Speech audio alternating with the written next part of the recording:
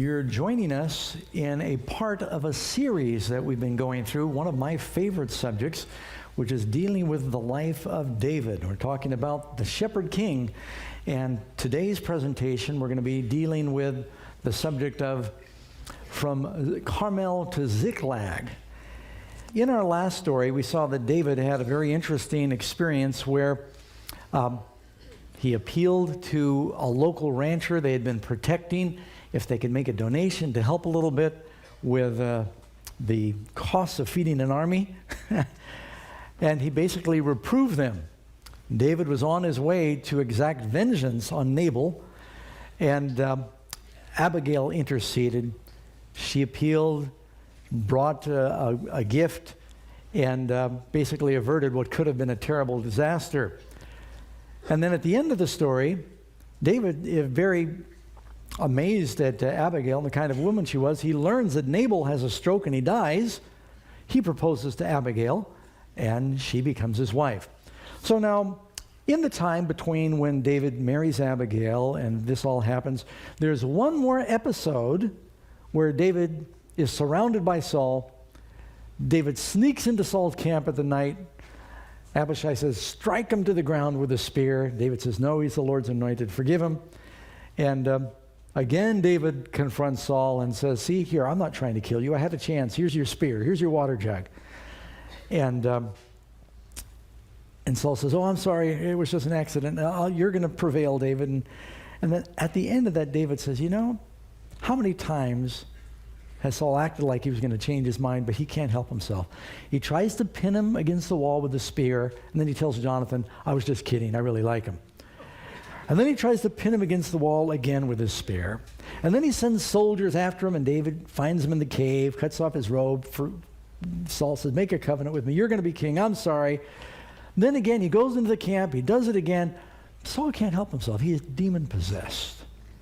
He just is so controlled by vengeance. And so that brings us to our next section. Turn with me to 1 Samuel chapter 27, verse 1. Now I will perish someday by the hand of Saul. There is nothing better for me than that I should escape to the land of the Philistines. And Saul will despair of seeking me any more in any of the parts of Israel, so I will escape out of his hand. Now, this is a low point for David. This is David who had escaped so many times because God had promised, you're going to be king, and I want you to fight against the Philistines. I want you to set Israel free. I want you to expand the territory of Israel. And David has lost faith. It's not a great verse, but you know, it's there to remind us that that happens to us. Just before that statement that David makes, I'm going to just go to the land of the Philistines. Listen to what David writes in Psalm 121. I'll lift up my eyes to the hills from whence comes my help. My help comes from the Lord who made the heaven and the earth. He will not allow your foot to be moved. He who does not slumber, he shall neither slumber or sleep who keeps Israel. The Lord is your keeper. The Lord is your shade at your right hand. The sun will not strike you by day, nor the moon by night. The Lord shall preserve you from all evil. He will preserve your soul. The Lord shall preserve your going in and your coming out from this time forth, even forevermore. Well, that's great. He should have read that psalm. God will keep you. God will preserve you. God will not forsake you. Now, the reason I think this is important for us to consider, because you have all sung songs before that have wonderful statements of faith, but you don't live them out. I have too. But since I'm looking at you, I'm going to talk about you. You know what I'm talking about? We read these statements, we say these prayers, we talk about the victories and things that God has done for us. And you know what? In listening to the devil for 5 minutes, you can forget a lifetime of God delivering you. Just look at the children of Israel. When they're in Egypt, God miraculously feeds them with bread from heaven. He delivers them from the Amalekites that attack them. He gives them water out of a rock. He sends plague after plague on their enemy. He parts the sea for them, pillar of fire to keep them from being in the dark. He does all of this, and after doing all of this, you know what they say? First time something gets rough, they said, oh, the Lord brought us out here so we could perish in the wilderness. Let's just go back to Egypt. We'll go back to our enemies, the land of the enemy. You know, I sort of probably misnamed this message. I should have called it the land of the enemy, because the whole thing takes place in the land of the enemy.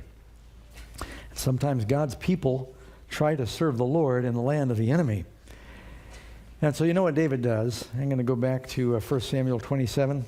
David arose and he went over with 600 men who were with him to Achish, the son of Maoch, the king of Gath. Now, have you heard the word Gath before? This is the second time David goes to Gath. Remember, Goliath was of what?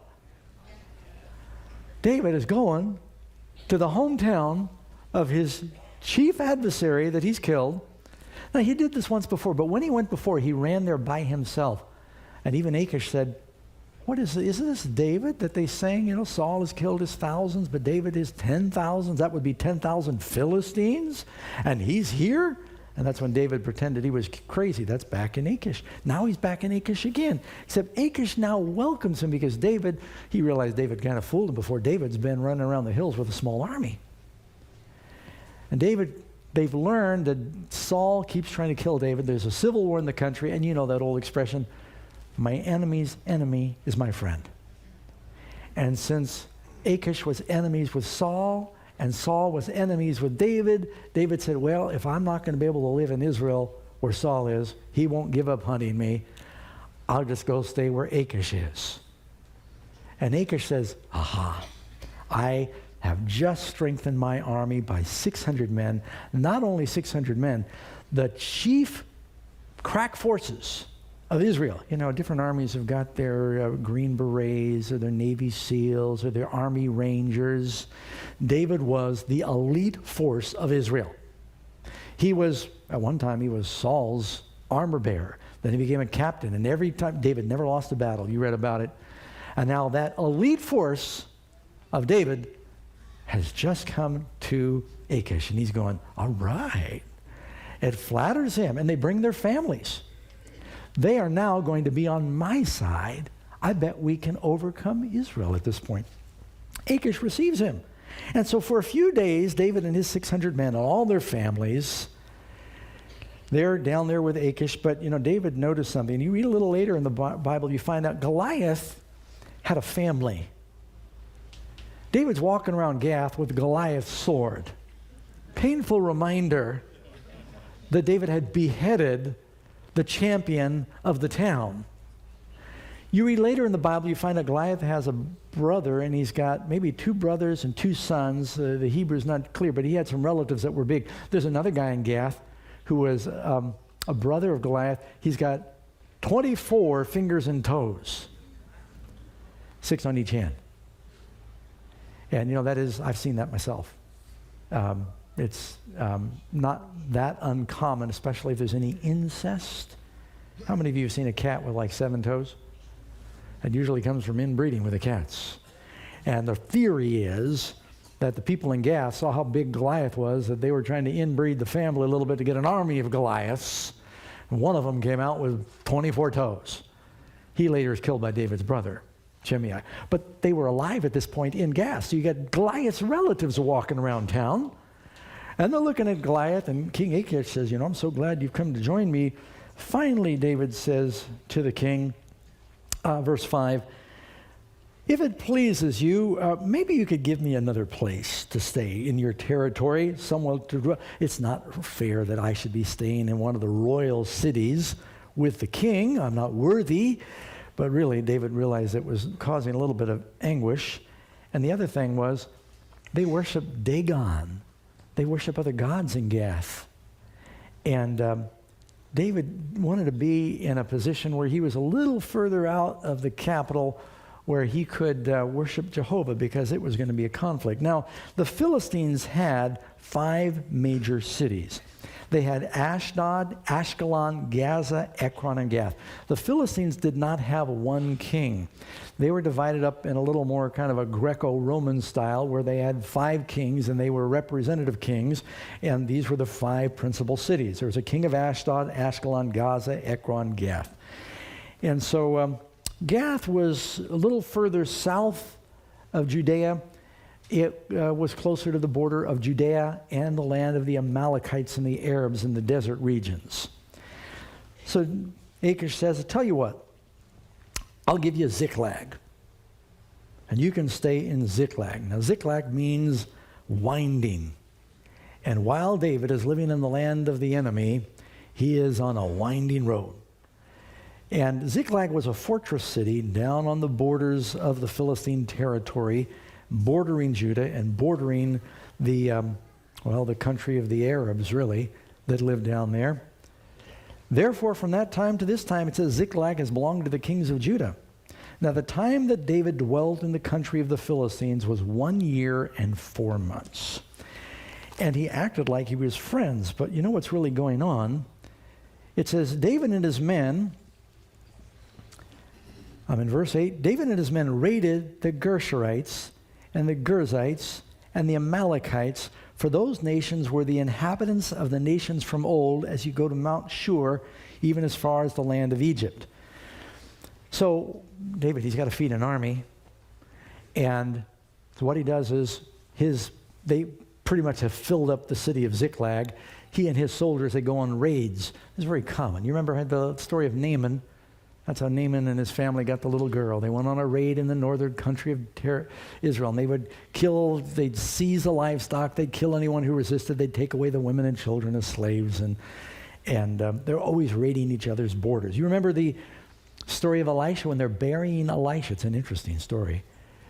They're going out to conduct the funeral, and they haven't quite lowered the body down in the grave yet, and all of a sudden they see Moabite raiders are coming into the country, and they say, what do? We got to bury this man.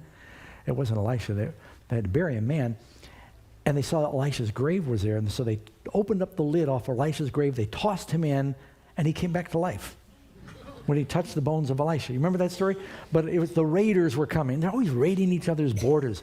You lived in Israel back in one of those days. You didn't want to live on the edge. It wasn't safe on the edge. You wanted to be right in the middle. So David went out raiding because he had to feed his army. And he's raiding the enemies that Joshua and the children of Israel had not subdued when they were supposed to when they came into the land.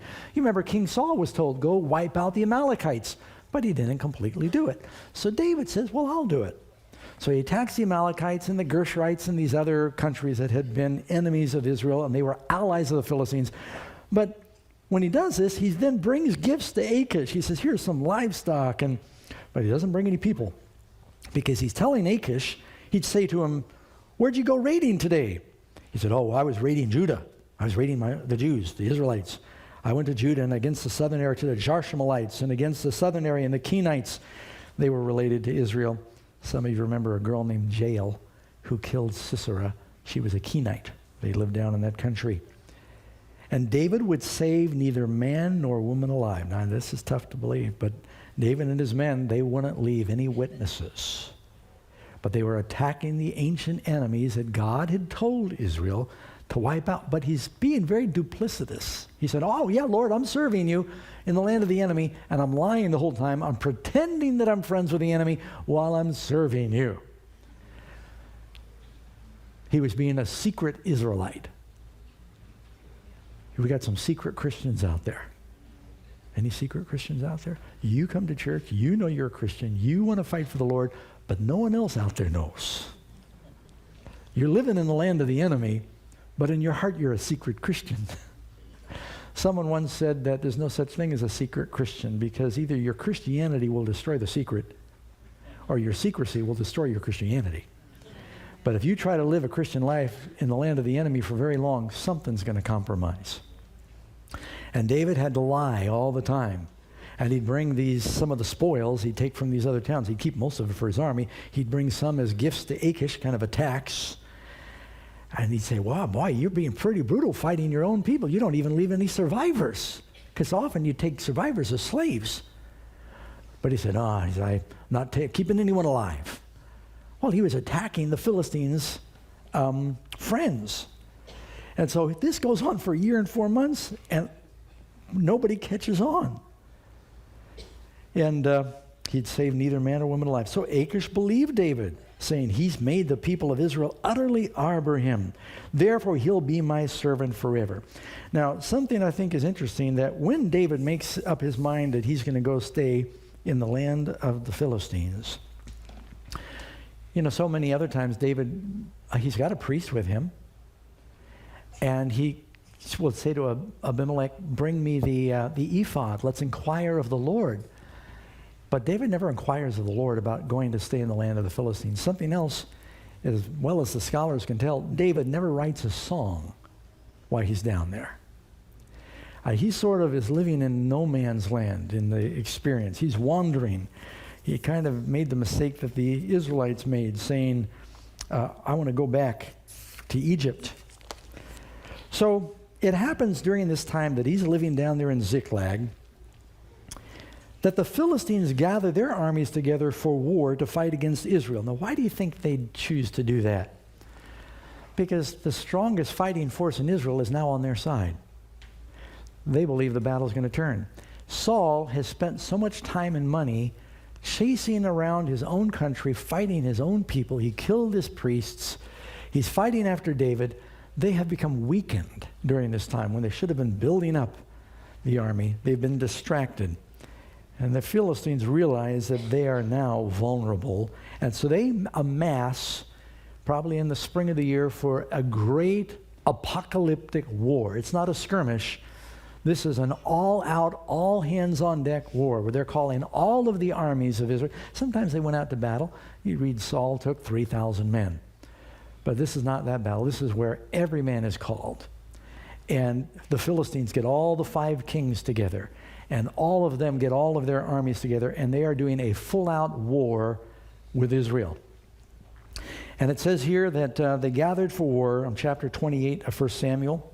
And Achish, the king of Gath, says to David, you'll surely know that you can go out with me to battle, you and your men. You're going to join us, aren't you? And David said, man, what am I going to do? How am I going to go fight against my own people? God said, I'm supposed to be the king of these people. I'm supposed to kill them? I can't do that.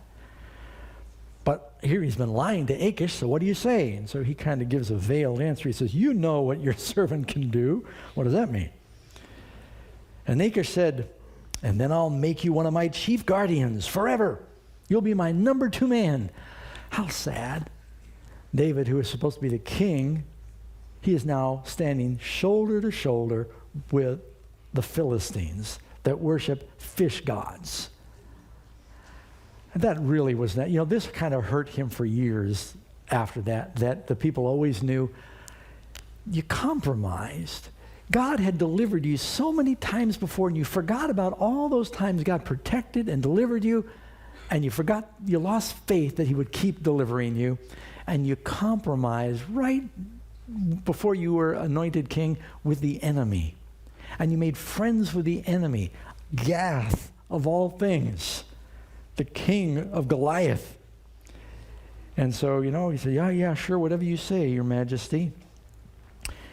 Now, it goes on to say in verse 3, Samuel had died. It mentions that also in chapter 25, but it's reminding us what we're about to get into. Samuel had died, and all Israel had lamented for him and buried him in Ramah in his own city. And Samuel had put the mediums and the spiritists out of the land. And the Philistines gathered together, and they came and encamped in Shunem. So Saul gathered all of Israel together, and they encamped in Gilboa. You all remember where Shunem is. That's where the prophet Elisha used to stay with that great woman of Shunem and her family. And when Saul saw the army of the Philistines, he was afraid, and his heart trembled greatly. And this is a man who had once been anointed by God, filled with the Spirit of God, had the courage of God. It didn't matter how many soldiers there were, but he's now separated himself from God. He's grieved away the Holy Spirit. And Saul inquired of the Lord, and the Lord did not answer him. Well, he'd killed all the priests. How do you inquire of the Lord then? Neither by Urim or by the prophets. This is when you get to the place where you don't hear the voice of the Lord anymore. You've wondered what the unpardonable sin is like. That doesn't mean that sometimes we all go through spells where it seems like God is quiet. That doesn't mean you've grieved away the Holy Spirit. Don't misunderstand. But he received no answer because he had refused to listen, and now he's in a crisis.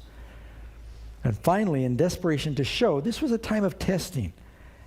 And Saul failed the last test. Then Saul said to his servants, "Find me a woman who is a medium, that I might go to her and inquire of her." Now, he wouldn't have specified a woman because they had male mediums too. He knew there was one in the area. And the servant said to him, "In fact, there is a woman who is a medium at Endor." Now, what does God's word say about inquiring of mediums? It tells us, don't do it. You shall not permit a sorceress to live. Is that clear? Leviticus 20, verse 6. "And the person who turns the mediums and familiar spirits to prostitute himself with them, I will set my face against that person and cut him off from his people." See what the prognosis is when we start getting into spiritualism? 1 Chronicles 10:13. Why was Saul judged? So Saul died for his unfaithfulness which he had committed against the Lord, because he did not keep the word of the Lord, and also because he consulted a medium for guidance. Does God want us going to the spiritualists of the world to find out what we're supposed to do? So they find this woman, and some of the servants of Saul disguise themselves, and Saul disguises himself as king. They go in, and the woman said, "What can I do for you?" And they said, "Look, we want you to call up Samuel the prophet." She said, "Oh, you're testing me." Saul's cut off all the spiritualists of the land. They said, "You don't have anything to worry about." And then finally she realizes, this is Saul. "Why did you deceive me? You are Saul." King said, "Don't be afraid. Call up this prophet. Bring up Samuel for me."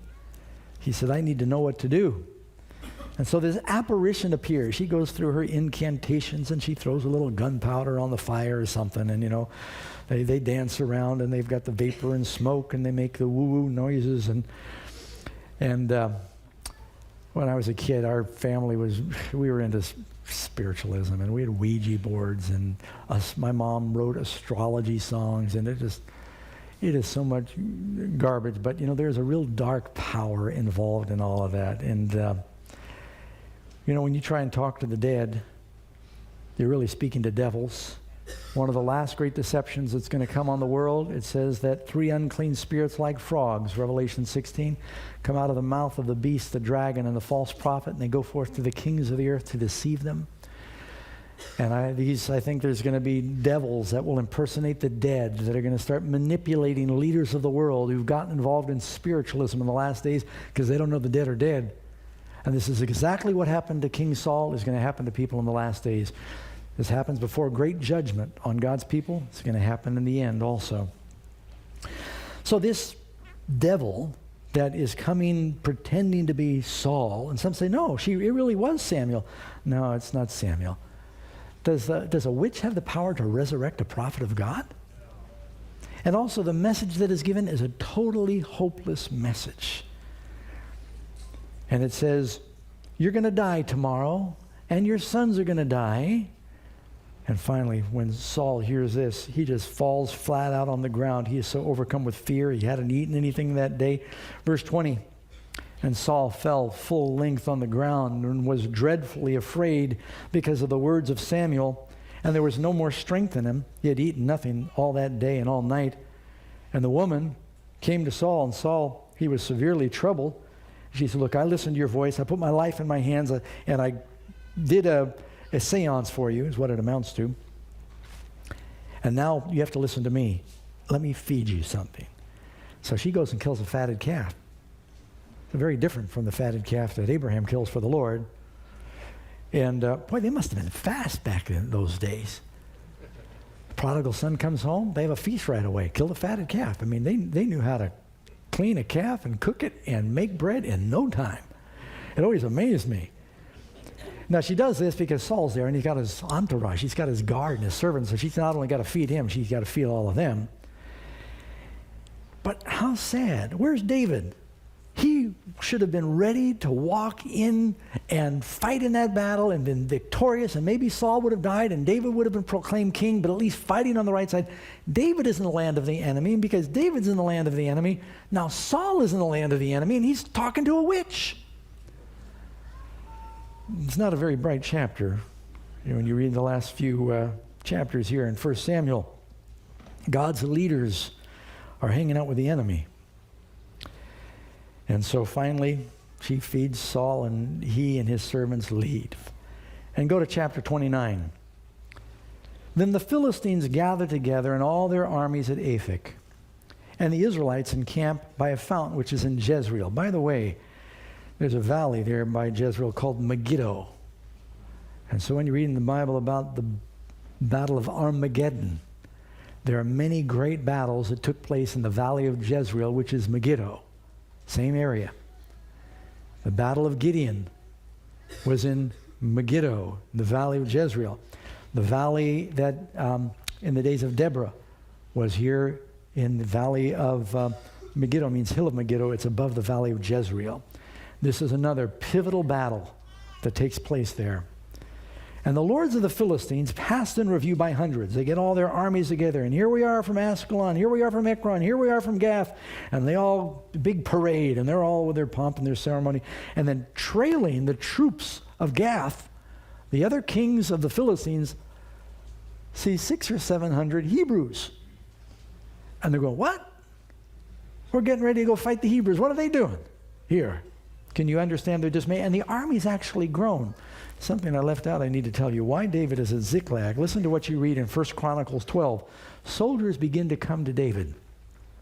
They see that Saul has lost courage. They see that Saul he's raving. I mean, before when he had his episodes, David would play the harp, but the musician's gone now. And so they're losing confidence in their king. You read in 1 Chronicles 12, verse 1. Now these were the men who came to David at Ziklag, while he was still a fugitive from Saul, the son of Kish. And they were among the mighty men, the helpers in the war, armed with bows, using both the right hand and the left hand in hurling stones. That's good, man. I can't throw a rock with my left hand. They were of Benjamin. It says they could hurl stones at a hair's breadth and not miss. And they could fire arrows with the bow. They were talented. And they were of Benjamin, Saul's brethren. So now they're not just coming from Judah. The people of Benjamin, his own family, are losing faith. Read in 1 Chronicles, same chapter, go to verse 20. 1 Chronicles 12:20. When he went to Ziklag, those of Manasseh defected to him, were Adnah and Jozabad and Jadiel and Michael and another Jozabad and Elihu and Zelitha, captains of thousands who were from Manasseh. And they helped David against the bands of raiders, for they were all mighty men of valor. And they were captains in the army, for in that time they came to David day by day to help him until his army was a great army like the army of God. So before he finally goes to Ziklag, or from Ziklag to go to the battle in Jezreel, it's not just 600 men. His army is swelling because they're all coming to him because he's got his own kingdom now, his little fortress, his own city of Ziklag. And so all of a sudden the Philistines, they see that the parade, all these soldiers are in review before they go into battle, and all of a sudden there's a whole contingent of hundreds and maybe over 1,000 now of soldiers come with David leading them, and they look at Achish and they go, what's with this? What are these Hebrews doing here? And now David, of all things, David, talk about being low, he even gets rejected by the Philistines. But the princes of the Philistines, I'm in 1 Samuel 29:4. The princes of the Philistines were angry with him. So the princes of the Philistines said to him, make this fellow return, that he goes back to the place where you've appointed for him. They basically said to Achish, are you crazy? We're going to go into battle. What better way for him to make peace with Saul than in the middle of battle to turn on us? Because that had actually happened, if you read your Bible, in the battle of Michmash. It tells us that the Hebrews that were slaves to the Philistines that went into battle against Israel, they turned on the Philistines in that battle. And they said, this is going to happen again. They're going to turn on us. And so Achish goes, he says, look, David, I'm sorry. He says, I trust you. Matter of fact, you can read verse 6 of chapter 29. Achish calls David and says, surely as the Lord lives, you've been upright in your going out and your coming in. And David must have hung his head then. Oh, yeah. You've been out, lying every day. You've been upright in your going out and your coming in. and everything you've done has been good in my sight. For this day I've not found any evil in you from the day you came to me. Nevertheless, the lords of the Philistines, they don't favor you. So you better go back home. It's really hard to fight the enemy when you're with the enemy. And some of us have wondered, I think you need to make your colors clear if you're a Christian. Saves you lots of trouble. You notice that when Jesus was being crucified, but when he was being tried, Peter followed Jesus from a distance. John went into the judgment hall with Jesus. Peter, trying to look like he wasn't too closely connected with Jesus, he hung out with the enemies of Jesus. Peter ends up denying Jesus. John walked right on in, stood by Jesus. He did not deny him. If we follow Jesus from a distance like that and we hang out in the land of the enemy, we're going to end up denying Christ. I let people know right up front, I'm a Christian. And it just makes all the boundaries really clear. Saves all kinds of problems. So now David and his soldiers, they're rejected. They're also really worried what's going to happen to Israel, but they are sent on their way. And my guess is that the Philistines, they send a little contingent of scouts. They said, follow them, make sure they go back, that they don't turn around. And so they're sent on their way. They've got to head back now. 90 miles they've marched from Ziklag up to Jezreel. That's a long ride. They've only been there a day or two. Now they got to turn around. They got to come all the way back again. I want you to know that because they're really tired and they have to go into another battle. When David and his men came back to Ziklag on the third day, it took them 3 days to get back. You know how many times things happen on the third day? That the Amalekites had invaded the south in Ziklag and attacked Ziklag and burned it with fire. They had attacked the southern extremities of Judah and the border of the Philistines. Now, why would they do such a terrible thing? Well, David had been attacking them. Did you just read that? You know something about the history of the Amalekites and the Israelites? It's important to understand it is one of the longest standing feuds, and they had the most brutal command.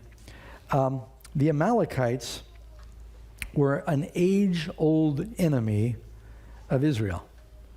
Exodus 17:14.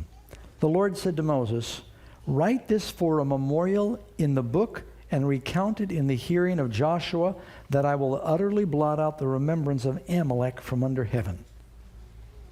Why? The first person who attacked Israel as a nation, when they became a nation, they came out of Egypt, the Amalekites attacked them, but they didn't just attack them. It was totally unprovoked. They hadn't done anything to them, and they attacked the sick and the weak that were straggling in the back. Look in Deuteronomy 25:17. Remember what Amalek did to you on the way as you were coming out of Egypt, how he met you on the way and attacked your rear ranks, all the stragglers at your rear when you were tired and weary, and they did not fear God. It was a despicable thing.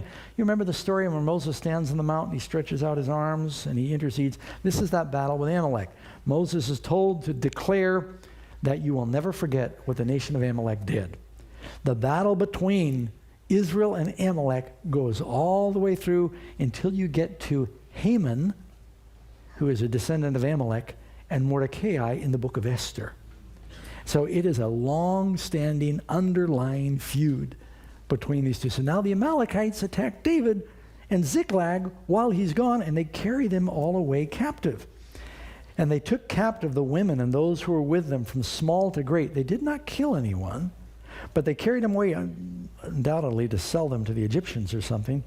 So David and his men came to the city, and it was burned with fire, and their wives and their sons and their daughters had been taken captive. And David and the people who were with him, they lifted up their voices and they wept until they had no more power to weep. And David's two wives, Ahinoam the Jezreelitess and Abigail, the wife of Nabal the Carmelite, had been taken captive. And David was greatly distressed, for the people spoke of stoning him. This is one of the times, some of God's leaders that are types of Christ, they talked about stoning Moses. They talked about stoning Elijah, and they wanted to stone David. They talked of stoning him, and you can kind of understand.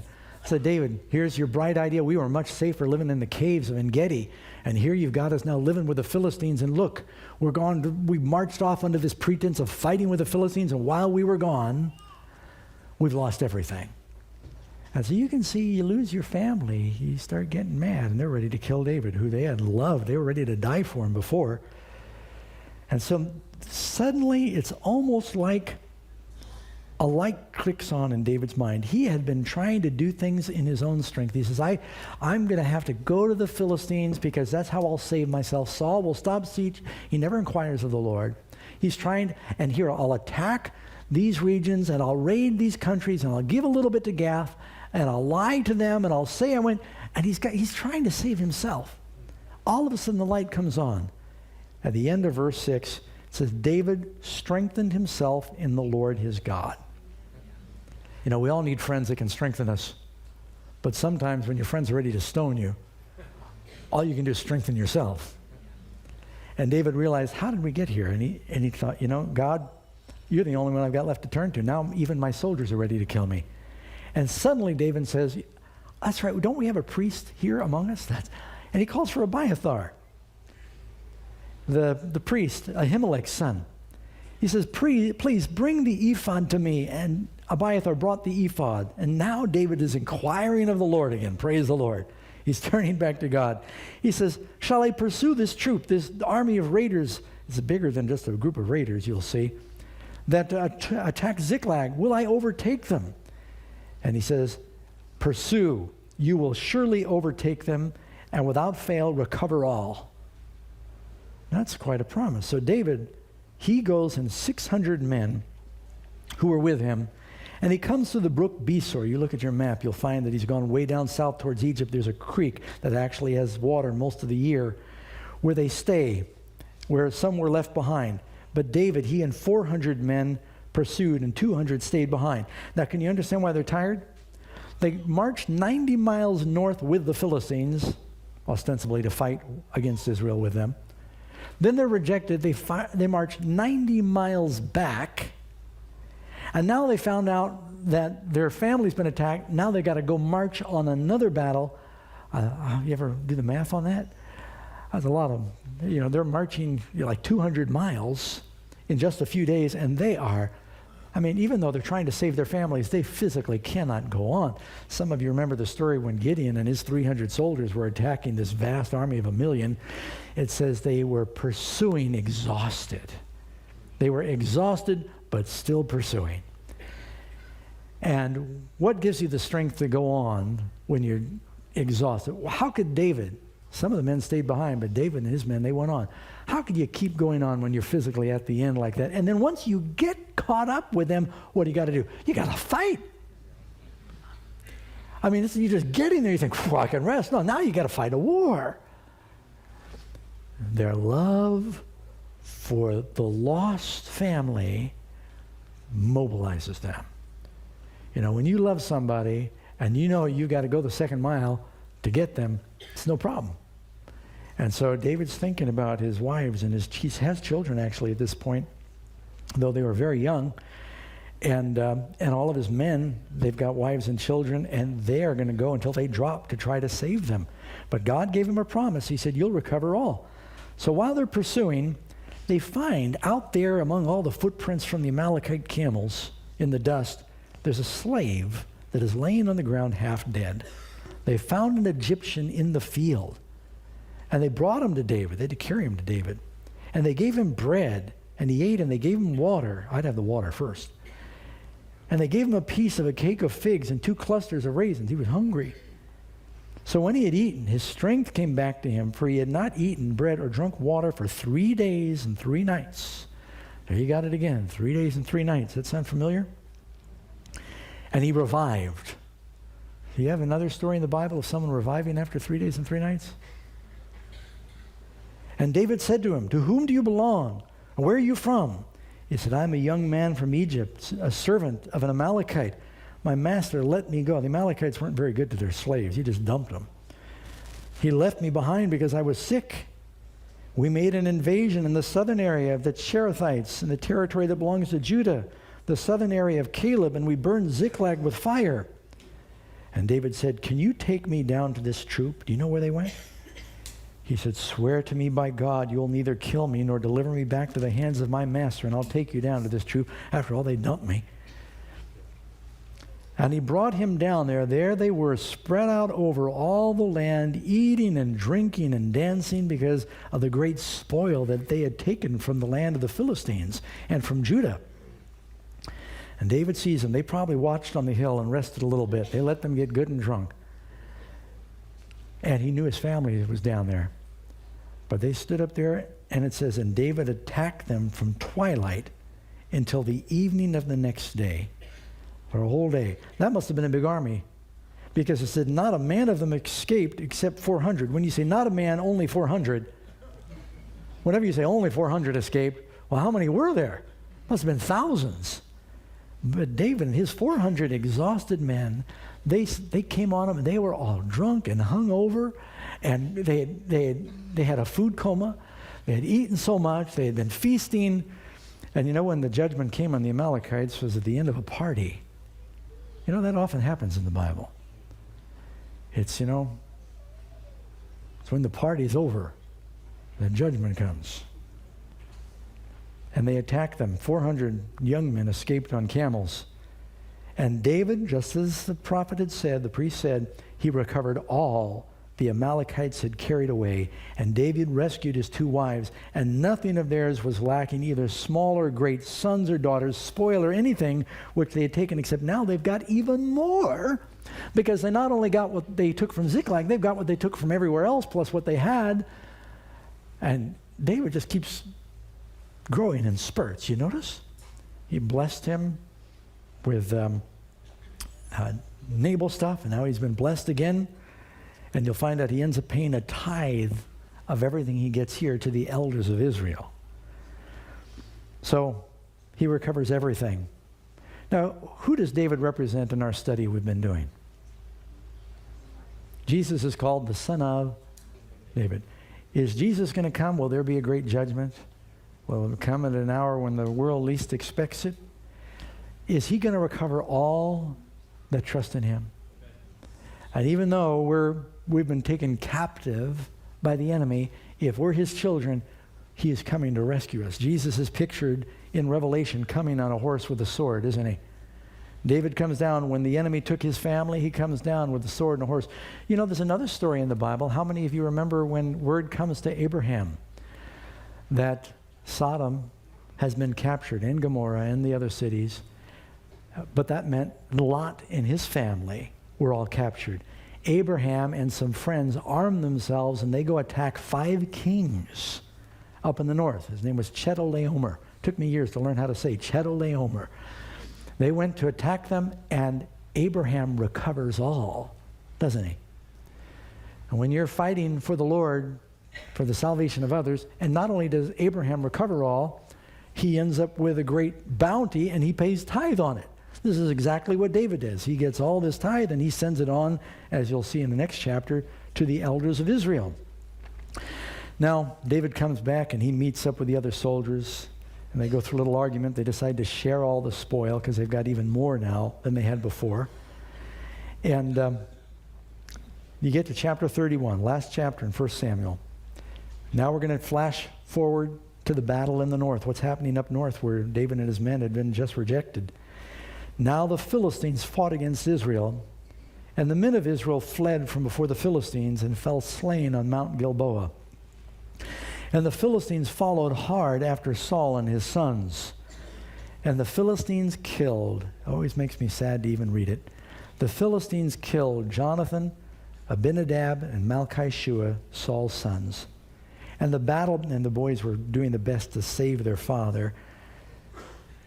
And so they were slain first. And the battle became fierce against Saul. And the archers hit him. And he was severely wounded, more than one arrow, by the archers. And he's surrounded by his crack troops, and they're trying to fight back the Philistines as well. Because Saul knows he's mortally wounded. He's bleeding profusely. And what he's afraid of is that the Philistines are going to break through, and they're going to get him. And they're going to just torture him and taunt him. And he says to his armor bearer, "Draw your sword and thrust me through with it, lest these uncircumcised men come and thrust me through and abuse me." He said, "Don't let them have the credit. I've fought them all my life. I don't want them to kill me." But his armor bearer would not, for he was greatly afraid. You know what the principal job of the armor bearer is? At all costs, save the life of the king, not kill the king. He said, I can't do that. And he would not. Therefore Saul took a sword, and they were sharp, and he fell on it. You've heard that expression probably used 100 times. Don't fall on your own sword. It's all drawn from this story in the Bible. Saul, he didn't have anyone else to do it, so he put the sword on the ground and he fell right into it and mortally wounded himself. And his armor bearer, when he saw what happened and he saw that they were surrounded, he fell on his sword and he died with him. So Saul and his 3 sons and his armor bearer, it's interesting, it mentions not just his sons, but it mentions twice the armor bearer. You know, I think it's interesting because David was once his armor bearer. And I have a feeling if David was there, that wouldn't have happened. And all his men died together that same day. Now, it doesn't mean the whole army died, because Abner and others survived, but a lot of soldiers fell on the field. And the men of Israel who were on the other side of the valley, and those who were on the other side of Jordan, saw that the men of Israel had fled, and that Saul and his sons were dead. They forsook the cities and fled. They had to flee. They lost a great territory to the Philistines. And the Philistines came and dwelt in them. It's interesting. David has now annexed a city of the Philistines, and the Philistines are annexing the cities of Israel.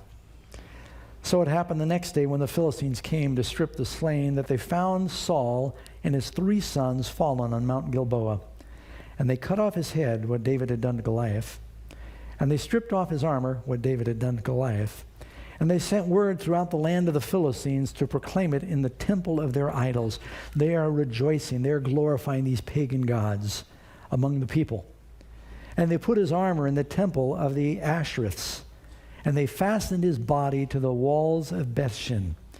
It's interesting that the Bethshan means a place of peace, a house of peace.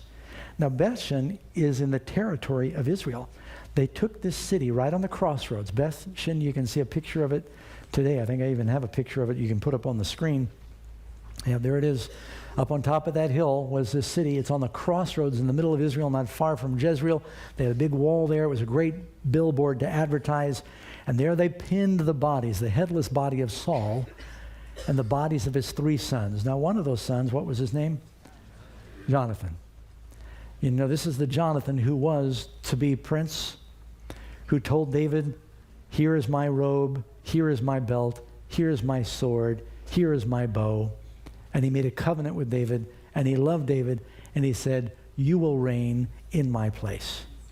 And you know, I can't help but miss the analogy here, that here you've got that son. Jonathan means Yah, Nathan, gift of Jehovah. God so loved the world, he gave his son as a gift. That he is pinned up on the wall, suspended between heaven and earth. And the men of Jabesh Gilead, when they saw that, they were loyal, they came, risking their lives. They took the bodies of Saul and his sons down, and they basically had a cremation and a burial for them. Jesus had friends that came and rescued his body. And so just at the very end, you even see at the end of this book, you can see another picture of the cross, Jonathan, who I think is a type of Christ, who loved David, who traded places with David, who gave him a sword, a belt, a shield. Makes us think of Jesus, who said, look, I will die suspended between heaven and earth for you. I am the son of the king, but I will let you have my throne, and I'll give you my sword, his word, and I'll give you my bow, his strength. I'll give you my robe, his righteousness. This is what Jesus did for us. And this is how 1 Samuel ends. And an interesting transition happens now when we get into the second book of Samuel and the story of David. But I thought it was a good place for us to think about the life of Jesus. And all of these stories are here to talk to us about Christ. Amen?